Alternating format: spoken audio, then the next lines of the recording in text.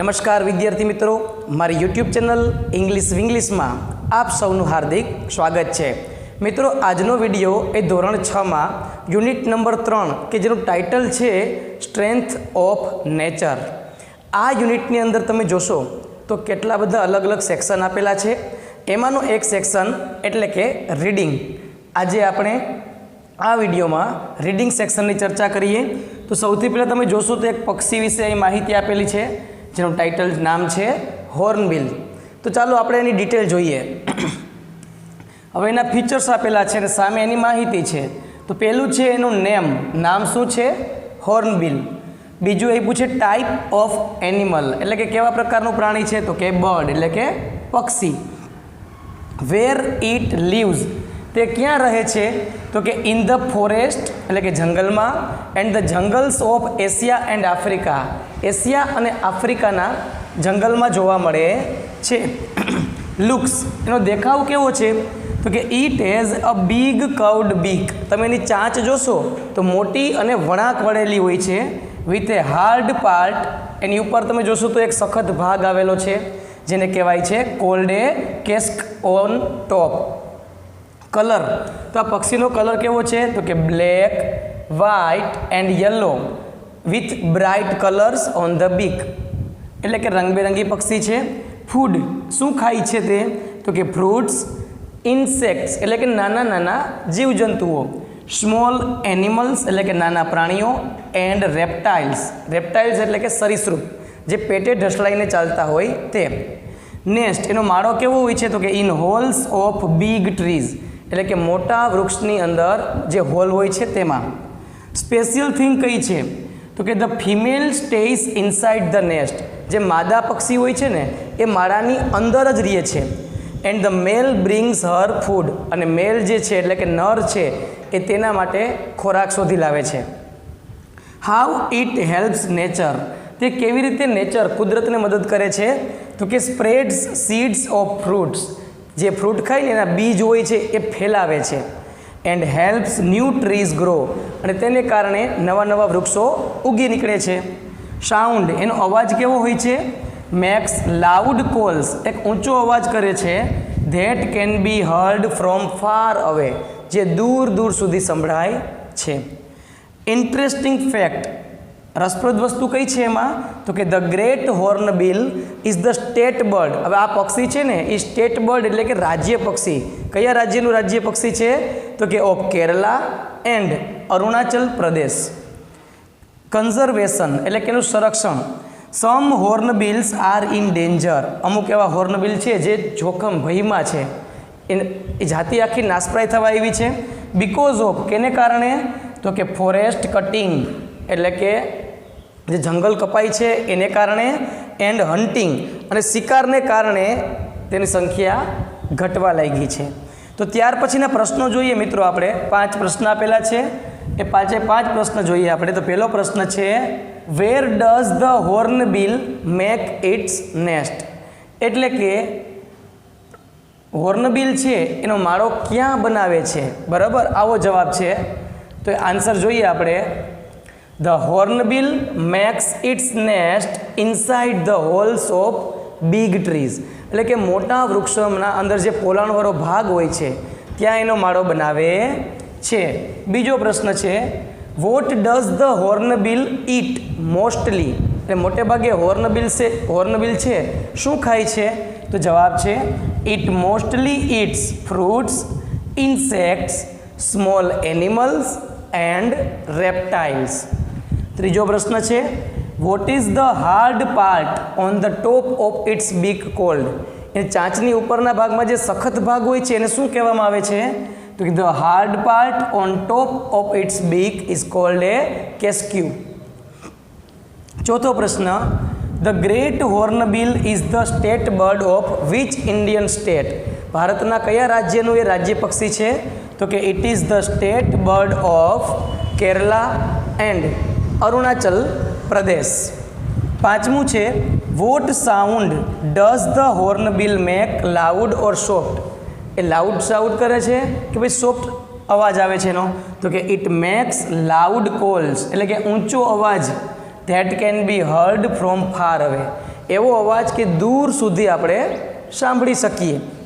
ત્યાર પછીની એક્ટિવિટી જોઈએ મિત્રો. આપણે એક સ્ટોરી આવેલી છે અને બહુ સમજવા જેવી વાર્તા છે. ચાલો આપણે જોઈએ complete. Okay. A good did always comes around, કે સારું કામ છે ને એ હંમેશા આપણે કામ આવે છે. સારું કામ કરવાથી હંમેશા ફાયદો થાય છે. ચલો એ સ્ટોરી જોઈએ. Once there were 2 trees in the જંગલ. એક સમયે એક જંગલમાં 2 વૃક્ષો હતા. One was A mango tree, એક હતો આંબો, and the other was a babul tree. Babul tree એટલે શું તમને ખ્યાલ છે? બબુલ ટ્રી એટલે કે બાવળનું વૃક્ષ. શું થાય? બબુલ ટ્રી એટલે કે બાવળનું વૃક્ષ. The mango tree was kind. જે મેંગો ટ્રી હતું ને એ બહુ દયાળુ હતું. The babul tree was not so. જ્યારે બબુલ ટ્રી એટલું બધું દયાળુ ન હતું. વન ડે, એક દિવસ, ધ ક્વીન બી. હવે મધમાખીનું જે મધપૂડો હોય ને એની અંદર એક ક્વીન હોય છે, રાણી. The queen bee and her bees, અને એની બધી માખી, came to the jungle for shelter. Shelter એટલે શું? આશરો. આ જે ક્વીન હતી અને એની બીજી જે બધી મધમાખીઓ હતી ને એ આશરો માટે આ જંગલમાં આવ્યા. They saw the babul tree. તેણે બાવળના વૃક્ષને જોયું. And wanted to make a beehive in it. અને ઈચ્છા કરી કે અમે તમારીમાં એટલે કે બબુલ ટ્રી ઉપર આપણે મધપૂડો બનાવીએ. બી હાઇવ એટલે કે મધપૂડો. ધ ક્વીન બી આસ્કડ, એટલે જે રાણીએ પૂછ્યું, please let us use your branch, કે મહેરબાની કરી અમને તારી જે આ બ્રાન્ચ છે, ડાળી છે, એનો ઉપયોગ કરવા દો. The babul tree said. તો બબુલ ટ્રીએ કીધું, નો, નહીં. ફાઇન્ડ અનધર ટ્રી, તમે બીજું વૃક્ષ શોધી લો. The mango tree heard this. એટલે મેંગો ટ્રીએ આ સાંભળ્યું અને કીધું કે babul tree, you have enough space, કે તારી પાસે તો કેટલી બધી જગ્યા છે. યુ કેન શેર ઇટ, એટલે તું એને શેર કરી શકે છે, એની વહેંચણી કરી શકે છે. The babul tree got angry. એટલે બબુલ ટ્રી ગુસ્સે ભરાણું. એન્ડ સેડ, અને શું કીધું? યુ કેર, તું કાળજી રાખી, કે મારે રાખવાની જરૂર નથી. Late them use your branch, તું તારી ડાળીનો ઉપયોગ કરવા દે ને, મને કહે છો તો. The mango tree said to the bees. એટલે મેંગો ટ્રીએ મધમાખીને કીધું, યુ કેન લીવ ઇન મી, તમે મારી અંદર રહી શકો છો, એટલે કે મારી ડાળી ઉપર રહી શકો છો. The bees built their beehive in the mango tree.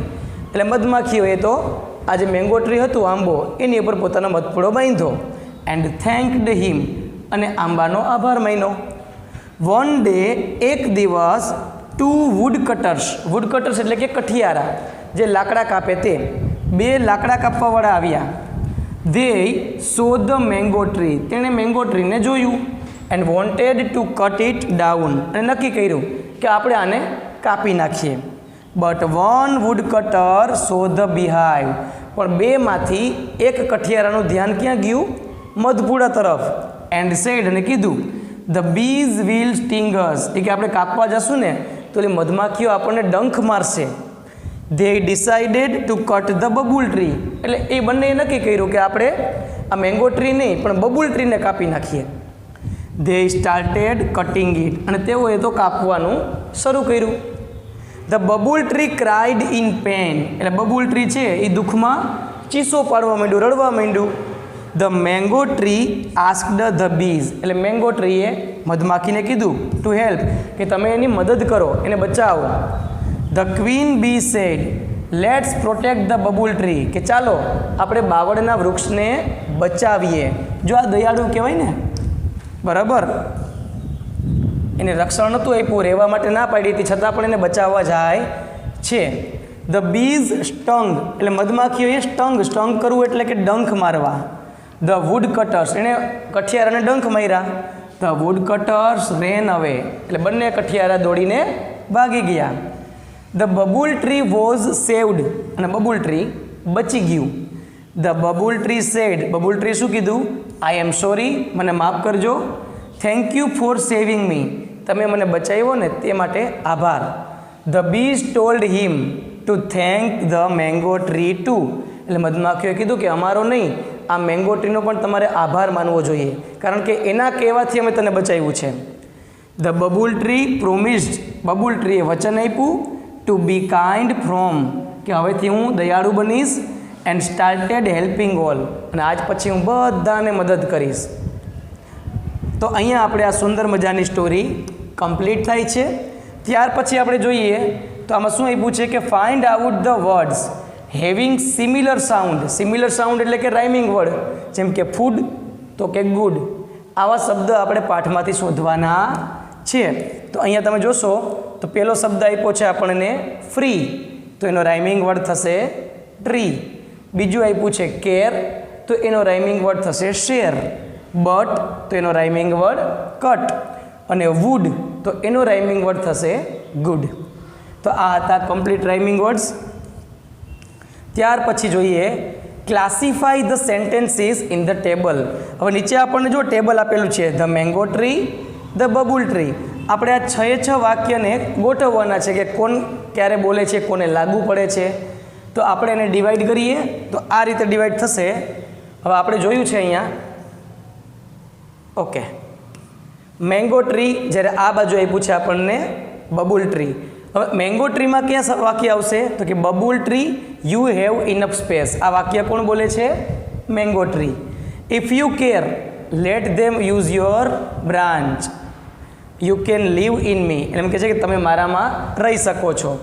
અહીંયા એમ છે કે નો ફાઇન્ડ અનધર ટ્રી, તમે બીજું વૃક્ષ શોધી શકો છો.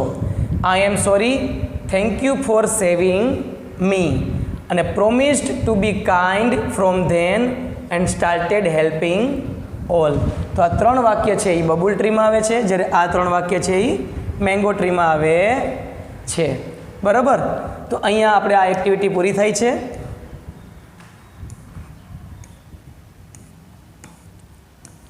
ત્યાર પછી આવે છે પ્રશ્ન અને તેના જવાબ. તો એની ચર્ચા કરીએ આપણે. Question answer.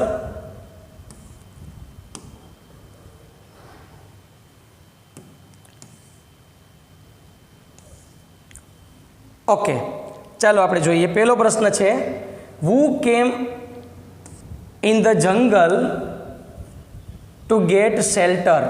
મિત્રો શેલ્ટર એટલે શું થાય તો કે આશરો, એટલે કે જંગલમાં આશરા માટે કોણ આવ્યું હતું? તો જવાબ છે the queen bee and her bees, એટલે કે જે ક્વીન બી છે અને એની બધી માખીઓ came to the jungle to get shelter. બીજો પ્રશ્ન છે the nature of the mango tree was. એનું નેચર કેવું હતું? તો જવાબ આવશે કાઇન્ડ એન્ડ હેલ્પફુલ. ત્રીજો છે what did the queen bee request to the babul tree, કે બબુલ ટ્રી શું રિક્વેસ્ટ કરે છે? The queen bee requested the babul tree to let them use its branch to make a beehive.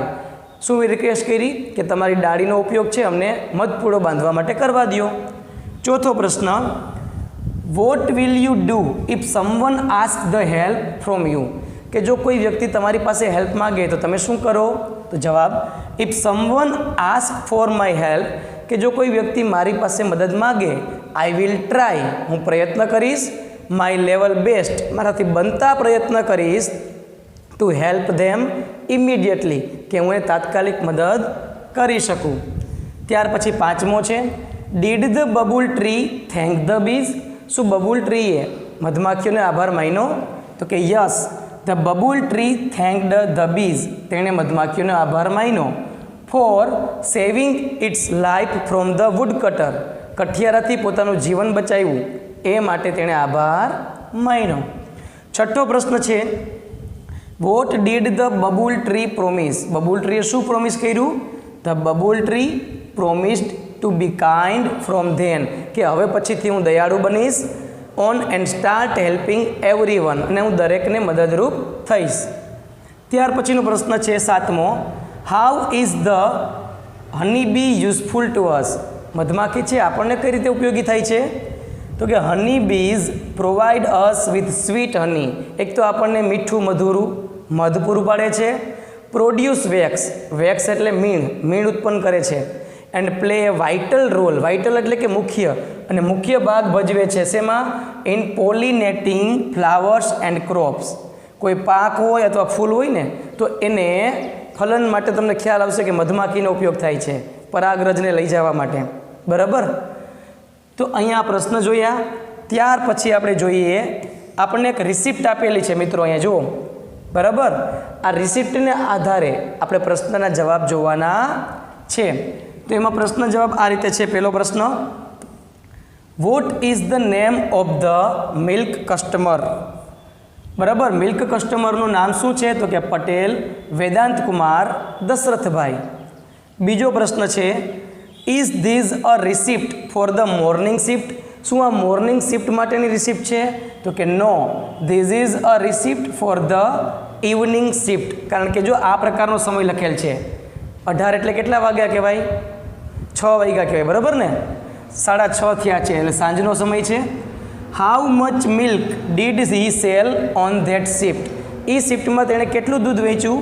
તો કે he sold 1.5 litres of milk on that shift.